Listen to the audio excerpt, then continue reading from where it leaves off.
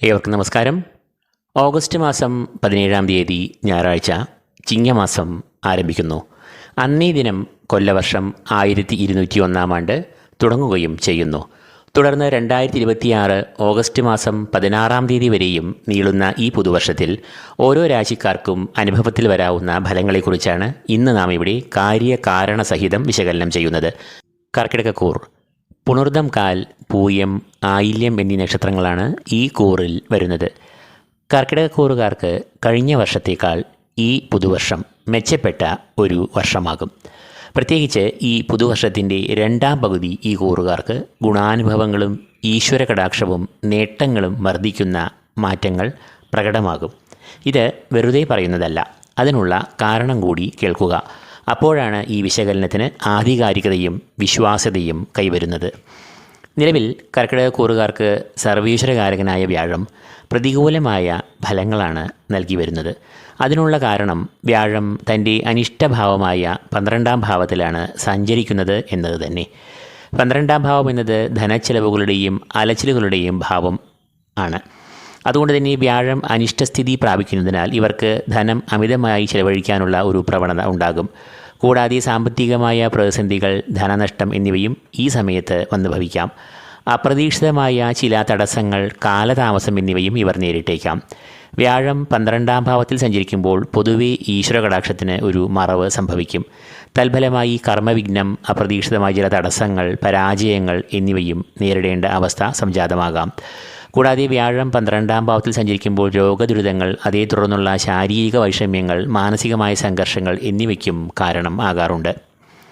എന്നാൽ വരുന്ന ഒക്ടോബർ 18-ാം തീയതി വ്യാഴം കർക്കിടകത്തിലേക്ക് പ്രവേശിക്കുന്നതിൻ്റെ ഫലമായി ഈ കൂറുകാർക്ക് വ്യാഴദുരിതങ്ങളിൽ നിന്നും ആശ്വാസം ലഭിക്കും. കാരണം വ്യാഴം മിഥുനത്തിൽ നിന്നും കർക്കിടകത്തിലേക്ക് പ്രവേശിക്കുമ്പോൾ ഈ കൂറുകാരുടെ അനിഷ്ടഭാവമായ 12-ൽ നിന്നും ജന്മത്തിലേക്കാണ് വ്യാഴം രാശി മാറുന്നത്. തൽഫലമായി 12-ാം ഭാവത്തിൽ വ്യാഴം അനിഷ്ടനായി സഞ്ചരിച്ചു കൊണ്ടിരുന്നതിൻ്റെ ഫലമായി ഇവർ അനുഭവിച്ചു പോകുന്ന ശാരീരികമായ ക്ലേശങ്ങൾ, സാമ്പത്തിക പ്രതിസന്ധികൾ, അലച്ചിൽ, കർമ്മവിഘ്നം എന്നിവയ്ക്കെല്ലാം അറുതി വരുന്നു.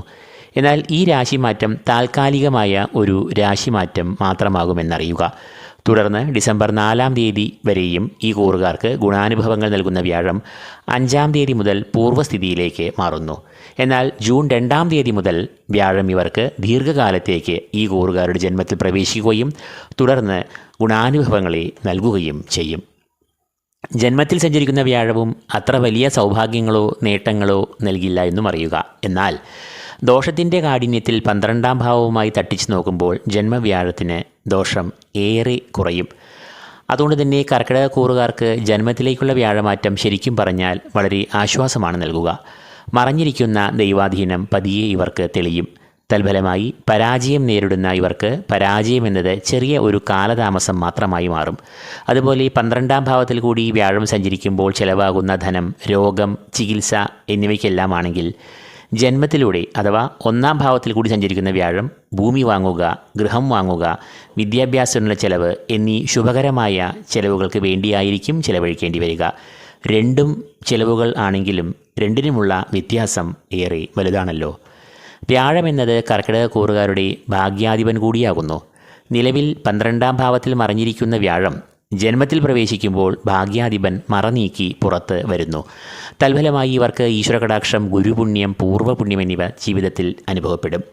അതുകൊണ്ട് തന്നെ ഇവർക്ക് ധനഭാഗ്യം, സാമ്പത്തികമായ പുരോഗതി, ബിസിനസ്സിൽ ലാഭം, അപ്രതീക്ഷിതമായി വന്നു ഭവിക്കുന്ന ചില നേട്ടങ്ങൾ എന്നിവയെല്ലാം പുതുവർഷത്തിൻ്റെ പകുതിയോടുകൂടി ഇവർക്ക് സിദ്ധിക്കും.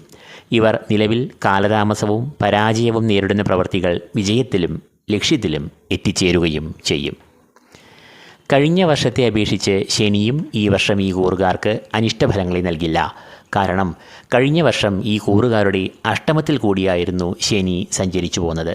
അഷ്ടമശനി എന്നത് കടുത്ത ദോഷങ്ങൾ നൽകിയിരുന്ന ഒരു അവസ്ഥയായിരുന്നു. ആയുർഭാവം എന്ന് അറിയപ്പെടുന്ന അഷ്ടമം അഥവാ 8-ൽ കൂടി സഞ്ചരിക്കുന്ന ശനി ശാരീരികമായ ക്ലേശങ്ങൾ, രോഗാരിഷ്ടതകൾ, അപകടം, ആശുപത്രിവാസം, കേസ് വഴക്കുകൾ എന്നിവയെല്ലാം സൃഷ്ടിച്ചിരുന്നു. വലിയ തോതിലുള്ള സാമ്പത്തികമായ പ്രതിസന്ധികളെയും അഷ്ടമശനി നൽകാം. എന്നാൽ ഈ പുതുവർഷം ശനി 9-ാം ഭാവത്തിൽ കൂടിയാകും സഞ്ചരിക്കുക. 9-ാം ഭാവം എന്നാൽ ഭാഗ്യഭാവം എന്ന് അറിയപ്പെടുന്നു. ഈശ്വരകടാക്ഷം, ഗുരുകടാക്ഷം, പിതൃപുണ്യം എന്നിവയെല്ലാം ഈ 9-ാം ഭാവം കൊണ്ടാണ് നിർണ്ണയിക്കുന്നത്. 9-ാം ഭാവത്തിൽ സഞ്ചരിക്കുന്ന ശനി പിതാമഹ പ്രീതിയെ നൽകുന്നു. പിതൃപുണ്യം ഉണ്ടാകുമ്പോൾ കുടുംബത്തിൽ ക്ഷേമം, ഐശ്വര്യം എന്നിവയും ഉണ്ടാകും. കൂടാതെ ഈശ്വരകടാക്ഷവും ഗുരുപുണ്യവും ഉണ്ടാകുമ്പോൾ മനസ്സിൽ ധർമ്മചിന്തകളും സാത്വികമായ മനോഭാവവും ഉണ്ടാകും. ക്ഷേത്രദർശനം, തീർത്ഥാടനം എന്നിവയിൽ കൂടി ആത്മീയമായ ഉന്നതി പ്രാപിക്കും. വ്യക്തിജീവിതത്തിലും കുടുംബജീവിതത്തിലും കർമ്മരംഗത്തും സാമൂഹിക രംഗത്തുമെല്ലാം ഇവർക്ക് സൽപ്പേരും നേട്ടങ്ങളും അംഗീകാരവും ലഭിക്കും. ഭാഗ്യാഭിവൃദ്ധിയാൽ സാമ്പത്തികമായ ഉന്നതി പ്രാപിക്കും. പല സ്രോതസ്സുകളിൽ നിന്നും ധനാഗമം ഇവർക്ക് ഉണ്ടാകാം. ബിസിനസ്സിൽ പുരോഗതിയും ലാഭവും ഇവർക്ക് വന്നുചേരും. എന്നാൽ ഒരു കാരണവശാലും യാതൊരു പ്രലോഭനങ്ങളിലും പെട്ട് ധർമ്മത്തിൽ നിന്നും വ്യതിചലിക്കരുത്. അങ്ങനെ വരുമ്പോൾ അത് ഇവർക്ക് ശനി തിരിച്ചടികൾ നൽകാമെന്നും ഓർക്കുക. രാഹു ഈ കൂറുകാരുടെ 8-ാം ഭാവത്തിൽ കൂടിയാകും ഈ വർഷം മുഴുവനും സഞ്ചരിക്കുക. 8-ാം ഭാവം എന്നത് രാഹുവിൻ്റെ അനിഷ്ടഭാവമാകുന്നു.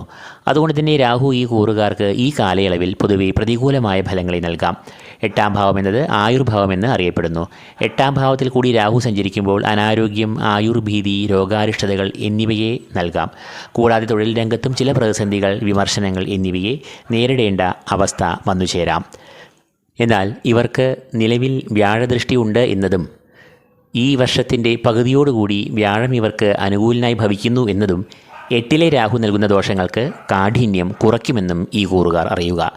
കേതുവിനും ഈ വർഷം രാശിമാറ്റം ഇല്ല എന്നതിനാൽ ഈ കൂറുകാരുടെ 2-ാം ഭാവത്തിൽ കൂടിയാകും ഈ വർഷം മുഴുവനും കേതു സഞ്ചരിക്കുക. 2-ാം ഭാവം എന്നത് ധനഭാവം എന്ന് അറിയപ്പെടുന്നു. ഈ ഭാവത്തിൽ കൂടി കേതു സഞ്ചരിക്കുന്നത് പ്രതികൂലമായ ഫലങ്ങളെ നൽകാം. തൽഫലമായി സാമ്പത്തികമായ പ്രതിസന്ധികൾ, ധനക്ലേശം, ധനനഷ്ടം എന്നിവയെല്ലാം വന്നുഭവിക്കാം. അതുകൊണ്ട് തന്നെ ധനപരമായ കാര്യങ്ങളിൽ നല്ല ശ്രദ്ധ ഈ കൂറുകാർ പാലിക്കണം.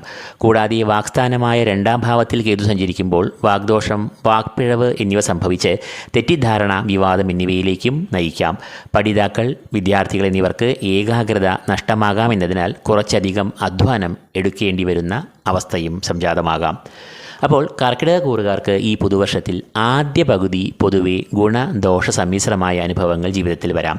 എന്നാൽ ഒക്ടോബർ മാസത്തിൽ നടക്കുന്ന സർവീശ്വരകാരകനായ വ്യാഴത്തിൻ്റെ താൽക്കാലിക രാശിമാറ്റവും തുടർന്ന് ജൂൺ മാസത്തോടുകൂടി നടക്കുന്ന ഒരു വർഷം വരെയും നീളുന്ന രാശിമാറ്റവും ഈ കൂറുകാർക്ക് വിവിധ മേഖലകളിൽ ഗുണാനുഭവങ്ങൾ, നേട്ടങ്ങൾ, ഭാഗ്യം എന്നിവയെ നൽകും. വ്യാഴം എന്നത് കർക്കിടക കൂറുകാരുടെ ഭാഗ്യാധിപൻ കൂടിയാകയാൽ വ്യാഴപ്രീതിക്കായും ഭാഗ്യപുഷ്ടിക്കായും നിത്യവും വ്യാഴത്തിൻ്റെ അധിഷ്ഠാന ദേവതയായ മഹാവിഷ്ണുവിനെ സ്മരിക്കുക, ധ്യാനിക്കുക, ക്ഷേത്രദർശനം നടത്തുക. രാഹു പ്രതികൂലനാകുന്നുവെങ്കിലും വ്യാഴത്തിൻ്റെ വിശേഷാൽ ദൃഷ്ടി രാഹുദോഷങ്ങളെ ഒട്ടൊക്കെ ലഘൂകരിക്കുന്നു.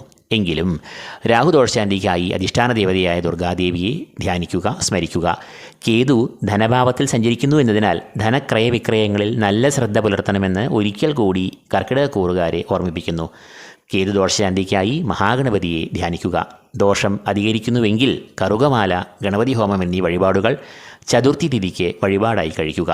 അഷ്ടമത്തിലെ ശനിദോഷം നീങ്ങി ശനി 9-ൽ സഞ്ചരിക്കുന്നു എന്നതിനാൽ ശനിദോഷങ്ങൾ ഈ കൂറുകാരെ അലട്ടുകയും ഇല്ല. അതുകൊണ്ട് തന്നെ കർക്കിടക കൂറുകാർക്ക് വ്യാഴത്തിൻ്റെ മാറ്റത്താൽ ഈ പുതുവർഷം ഏറെ ആശ്വാസവും പ്രതീക്ഷകളും ഗുണാനുഭവങ്ങളും ഭാഗ്യവും നേടിക്കൊടുക്കുന്ന ഒരു വർഷമാകും. ഈ വീഡിയോ ഇതോടുകൂടി ഇവിടെ പൂർണ്ണമാകുന്നു. ഈ വീഡിയോ നിങ്ങൾക്ക് പ്രയോജനകരമായെങ്കിൽ ലൈക്ക് ചെയ്യുക, നിങ്ങളുടെ പ്രിയപ്പെട്ടവരുമായി ഷെയർ ചെയ്യുക. കൂടാതെ ഈ ചാനൽ സബ്സ്ക്രൈബ് ചെയ്യാത്തവർ സബ്സ്ക്രൈബ് ചെയ്യുക. ഏവർക്കും പുതുവർഷാശംസകളും ഈശ്വര കടാക്ഷവും നേർന്നുകൊണ്ട് നിർത്തുന്നു. നന്ദി, നമസ്കാരം.